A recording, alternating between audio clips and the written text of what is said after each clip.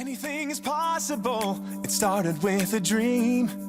Our passion made a difference and built a family. We've grown strong together. You're with Libby from LibbyStamps.com. I'm an independent Stampin' Up demonstrator in Australia, and today we're going to make a 6-sided box using the Sailing Home bundle from Stampin' Up. Now, if you buy this as a bundle at the moment, you can get it for 10% cheaper than if you buy the items individually. So think about buying it as a bundle. I'd love you to shop with me. We're also using the layering circle dies.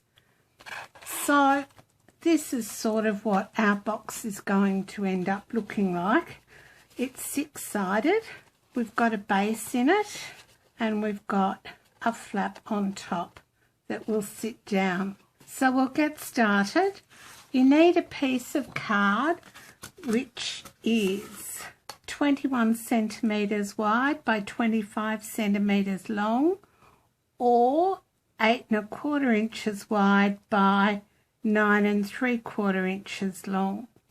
Then you're going to score at, with the long side at the top of your scoring tool, you're going to score at 4 centimetres, 7.5 centimetres, 11.5 centimetres, 15.2 centimetres, 19 centimetres and 23 centimetres, or 1.5, 3 inches, 4.5 inches, 6 inches, 7.5 inches and 9 inches. Then you're going to turn your card and you're going to score at 1.5 inches or 4 centimetres, then flip it around and score again at 4 centimetres or 1.5 inches.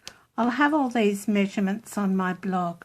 Do some scoring first. So we'll burnish these score lines, and this is our tab that will be used to close it. And then we have 6 sides, all the same measurement, about 1.5 inches or 4 centimetres width for each of them. Alright, this is going to be the bottom of my box, so I'm just going to leave it, except I'm going to just take off this end tab like that, and the same on the top. Just take off the end tab. Now, before we go too much further, I'm going to bring in a pencil and a ruler, and we're going to cut away 1/2 inch or 1.3 centimetres on each of the top, the top ones. So we're not going to do this first one, but we're going to come in and cut away. So we didn't do the bottom flap, which is this flap here, so we're not doing that flap, all right? But we are going to do the other flaps, and we're cutting away 1/2 inch or 1.3 centimetres next to each score line. So I still work in inches, so 1/2 inch, just put a mark, 1/2 inch, put a mark, 1/2 inch, put a mark, again, again and again. So when you close it down, you've got a bit of a neater closure there. Alright, then we're going to come in with our snips, and we're just going to snip this one. So you're just snipping into the corner, and then we'll snip those off. And then just down the score lines and pull those wedges out. Just gives you a bit of a neater closure on the top. We're not worrying about the bottom because we're actually going to put a base on this and you won't see it. Alright, so just come in and snip down the score lines. I usually take a bit of a wedge out of each score line. And it doesn't really matter how wide or how tall your box is. If you keep the width measurements the same and the tops and bottoms the same, you can have your box any height that will fit your cardstock. Alright, And then we need to come in with some tear and tape. And we're going to put tape on this flap here. Now I put 2 lots on. I put one next to the score line and one right next to the edge, and just tear it off, and one next to the open edge. That will give me a nice neat closure. Alright, and then on the bottom I'm going to put tear and tape. I'll just show you how this will work. So we're going to put our box together like that, and then our bottom is going to go in like that. So we're going to need tear and tape on the inside of all of these. Actually, I'm going to do it at an angle, and we don't need it on the last one because it's the one sitting in. Alright, now before we go any further, I have some designer series paper which I have previously cut at 3.5 centimetres by 13 centimetres, or 1 3/8 by 5 1/4 inches.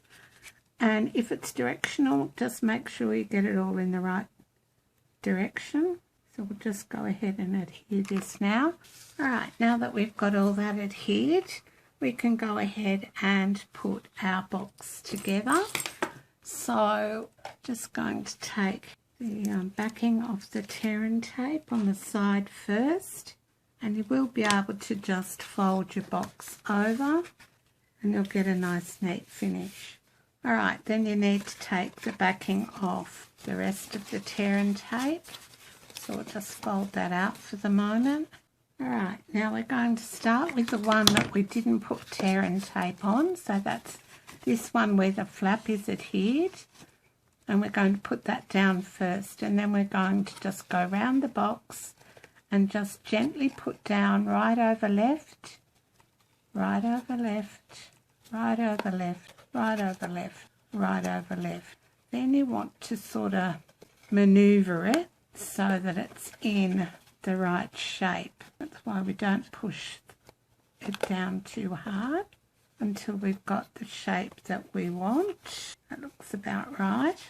And then I've die cut 2 layering circles. Alright, one's going to be for base inside and one's for outside. Now while I do this, I'm just going to pop all these inside and go around with my bone folder and make sure they're all really well burnished, because if they're not, the sentiment on the top's not going to quite stick. And then just with some liquid glue, and you want a fair bit on it because you're holding all these flaps together, and that just hides the untidiness of it. Then flip it over, and with your bone folder or something else that's long, just push it all down well. Then fold these flaps out, and we're going to pop one on the inside as well to make it all neat and tidy. So again, just a bit of liquid glue, and this time I'm going to use a pair of tweezers to help me.